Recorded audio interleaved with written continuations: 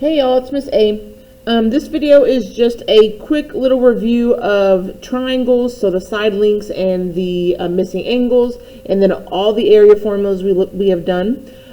Because your test is coming up on Thursday, I just wanted to quickly review all of this stuff before we get into our last topic tomorrow of volume, which hopefully y'all find pretty easy. So this video hopefully is pretty quick. We're going to go through it rather quickly, so let's go ahead and get started. Alright, so the first section we have is, do they form a triangle? So we are given three side links, and we want to determine if we were to put those three side links together, would they form a triangle or not? So the first thing we must do is we must identify the longest side. So my longest side is 16. My next step is going to be to take my two smaller sides and add them together. So 6 plus 2 is 8. If this sum is greater than the longest side, then it will form a triangle. If it is equal to or less, then it will not form a triangle.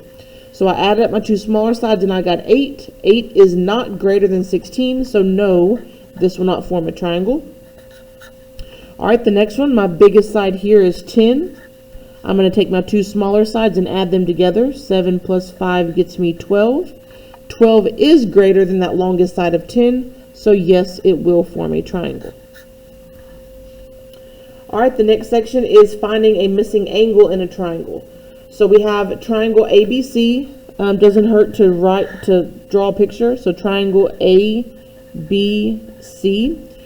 And it says the measure of angle BCA is 70. Remember that middle letter tells you what angle it's referring to. So this is angle C is 70.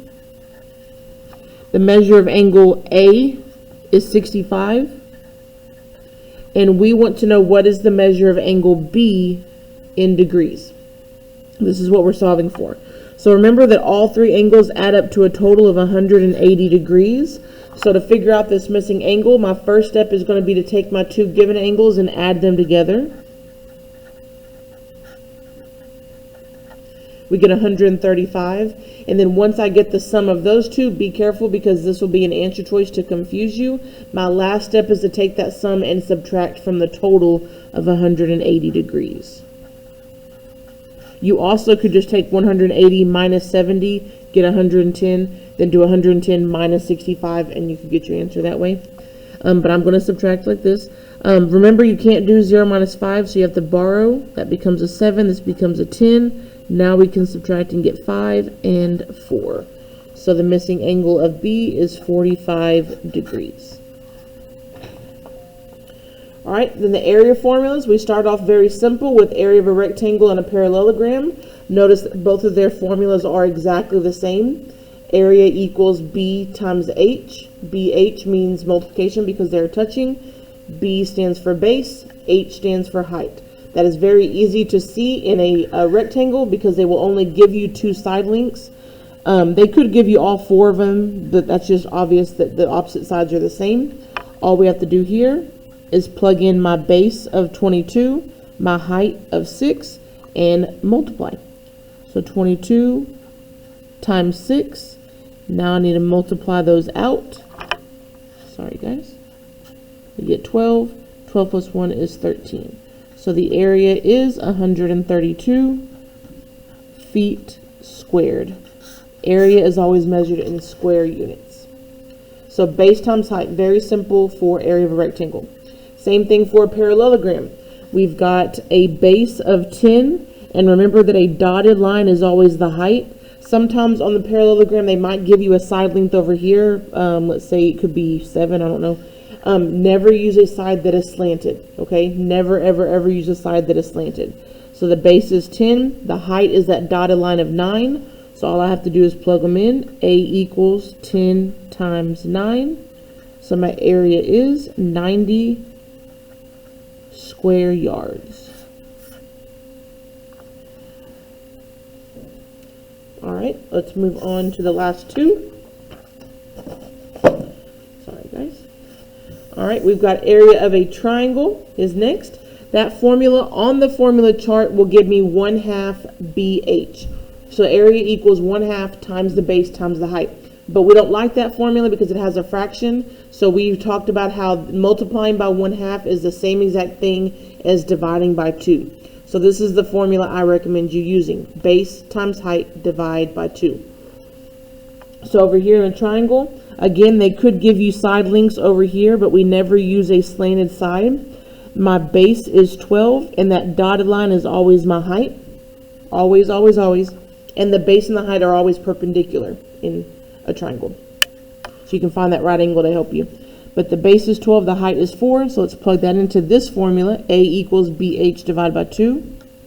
So my base is 12 times my height of 4, and the whole thing gets divided by 2. Alright, so I can multiply 12 times 4 and get 48. Don't forget to divide by 2. 48 will be an answer choice to confuse you. They know you're going to do step number 1 and not step number 2. So now I need to divide. So I'm going to top in, bottom out. 48 divided by 2. That goes in twice. And then 2 goes into 8 4 times. So my area is 24, and this was square feet. All right, then want to also address that little shortcut that I've told you about before. We could have, this is not the way you have to solve it, but you could have picked one of the numbers, the base or the height, and divide it by 2 first. So I would divide those two. 12 divided by 2 is 6, and then 6 times 4 gets you my area of 24. So divide one of the numbers and then multiply. Please pardon the interruption. All right, guys, sorry about that.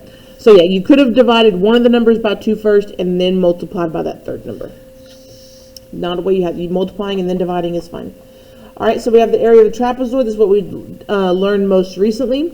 Again, the formula chart gives you 1/2 times base 1 plus base 2 times the height.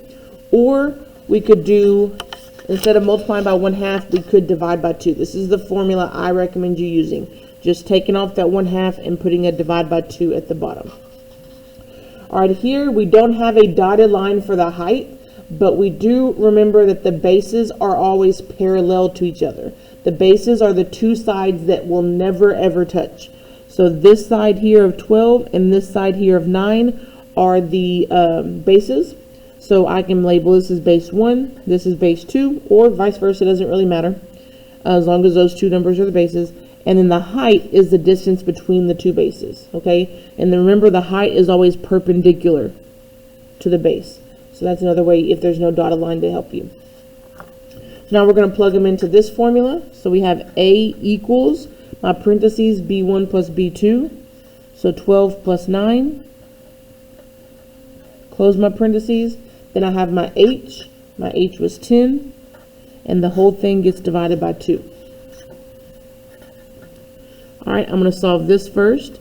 12 plus 9 gets me 21. And then I have my 10 divided by 2. So I've got 21 times 10 divided by 2. So I'm going to multiply 21 times 10. When I multiply 21 times 10, I get 210. Don't forget to divide by 2. Top in, bottom out. 2 can't go into 1, so I put a 0. 2 can go into 10 5 times. So my area is 105. This was measured in centimeters and squared. All right, again, remember that shortcut. What we could have done was divide that by 2. I wouldn't divide 21 by 2 because 21 divided by 2 is going to get me a decimal, but 10 divided by 2 can be done really easily. 10 divided by 2 is 5, and then all I would have to do is 5 times 21.